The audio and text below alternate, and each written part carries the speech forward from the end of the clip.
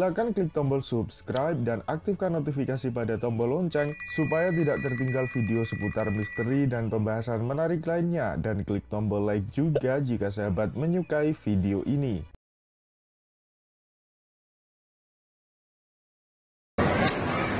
Usulan bab, gimana kalau di OD dan siaran dibahas hadis dan ayat yang palsu? Ya, berat ya. Nuhun itu dibalik jadi nuhun lagi, ya kan? Seperti ayah dibalik ayah lagi, nuhun dibalik nuhun lagi. Jadi suatu kata yang tidak bisa bolak-balik itu nuhun, ayah, banyaklah. Begini, memang kita punya banyak perbandingan. Sebetulnya palsu atau tidak palsu itu tergantung dari tiap orang yang menilai. Karena kita punya perbandingannya. Anda pernah mempelajari soal mushaf nggak? Perbandingan antar mushaf pernah nggak? Mushaf Ali, Abu Bakar, Hafsah, Ibnu Mas'ud, Ubay, Zaid. Ada mushafnya Aisyah, ada mushafnya Utsman yang sekarang kita baca. Bagaimana itu di Iran itu mushafnya Ali, bagaimana di Mesir itu mushafnya Hafsah, bagaimana di tempat-tempat lain itu punya mushaf-mushaf masing-masing. Belum lagi kitab kuning. Kitab kuning yang ditulis oleh ulama-ulama kita yang terdahulu. Tulis tangan ya. Pernah melihat yang asli tulis tangan belum? Mushaf itu. Belum kan? Nah, bagaimana kita tahu di mana perubahan-perubahan? Kemudian soal hadis yang dibuat 200 tahun setelah Rasulullah wafat. Saya akan bisikan misalnya satu ini kalimat. Bisikan ke 10 orang. Bisikin lagi, bisikin lagi, bisikin lagi. Di ujungnya pasti beda itu. Yakin lah kalau beda. Nah, ini 200 tahun loh. Bagaimana kita mencari yang sebenarnya? Kita bersaksi ya. Kita ini bersaksi, bukan percaya begitu saja. Kita bersaksi bahwa Muhammad itu utusan Allah, bahwa tidak ada Tuhan selain Allah.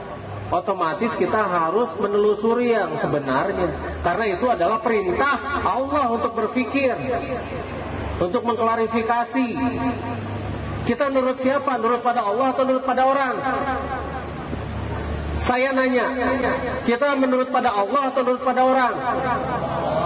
Iyalah, orang yang harus nurut pada Allah kan ya? Kenapa ketika kita nurut pada Allah orang protes? Malah ingin mengundurkan diri ketika kita mulai nurut pada Allah. Jadi siapa yang salah? Ketika kita mulai mengikuti perintah Allah, ketika kita mulai nurut pada Allah, mereka yang tidak nurut pada Allah otomatis akan mengundurkan diri. Ya. Takut mereka.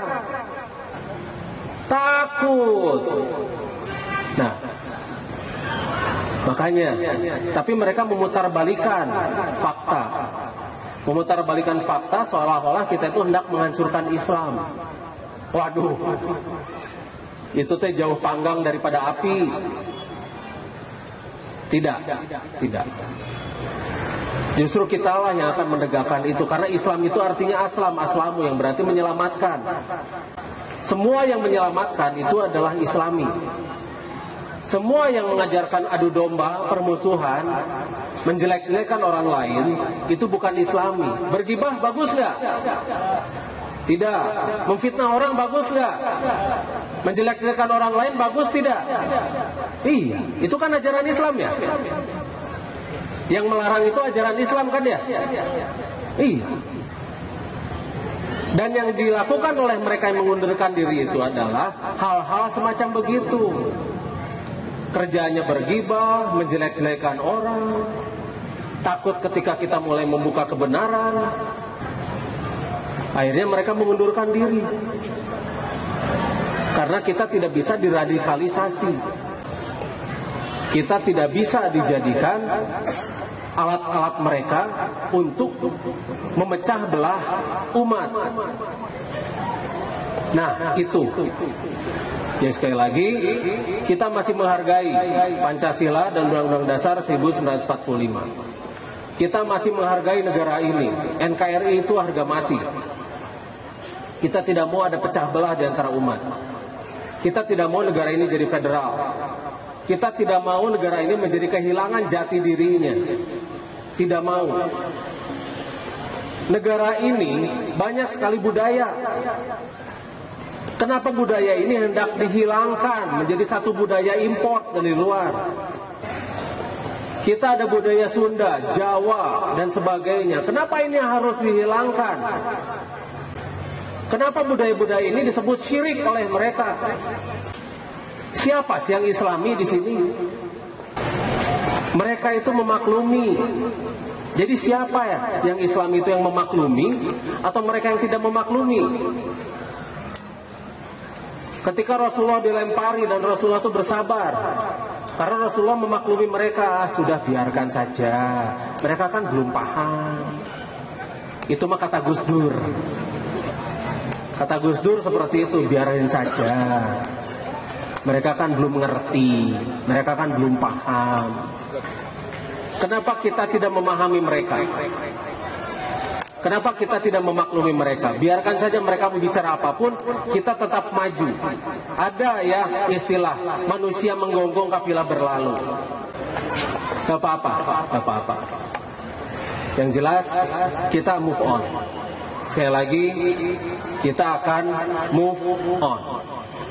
Dengan kemampuan yang lebih besar lagi, dengan daya tembus yang lebih besar lagi, dan dengan memakmurkan yang lebih luas lagi.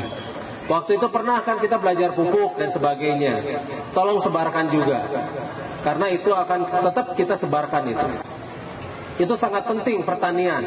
Nanti kita akan memapankan dari semua hal. Satu pertanian, satu energi, dua pertanian, ketiga peternakan, semua sandang pangan, papan dan sebagainya kita akan buat kemakmuran yang lebih merata lagi di planet ini. Jangan hanya kemakmuran ke diri sendiri saja, tidak. Penting kemakmuran itu kita sebarkan. Makanya kenapa di HI itu segala ada kan ya, palu gada, apa yang lu perlu gua ada gitu. Nah untuk mengakomodir itu semua, mau tidak mau kita akan bermetamorfosa menjadi Lemurian Transcentral Agrafel The Lemurian Meditation atau Lantera The Lemurian Meditation. Karena meditasi yang sebenarnya adalah mereka yang menemukan kedamaian, ketenangan di balik keramaian. Jadi kita akan selalu tenang, kita akan selalu terarah, kita akan selalu bisa memaklumi semuanya, kita akan selalu memakmurkan umat, dan kita sendiri akan selalu merasa tenang.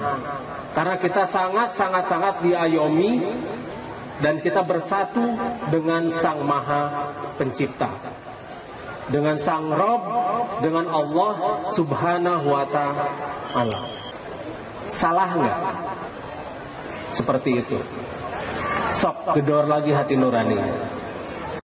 Silakan klik tombol subscribe dan aktifkan notifikasi pada tombol lonceng supaya tidak tertinggal video seputar misteri dan pembahasan menarik lainnya, dan klik tombol like juga jika sahabat menyukai video ini.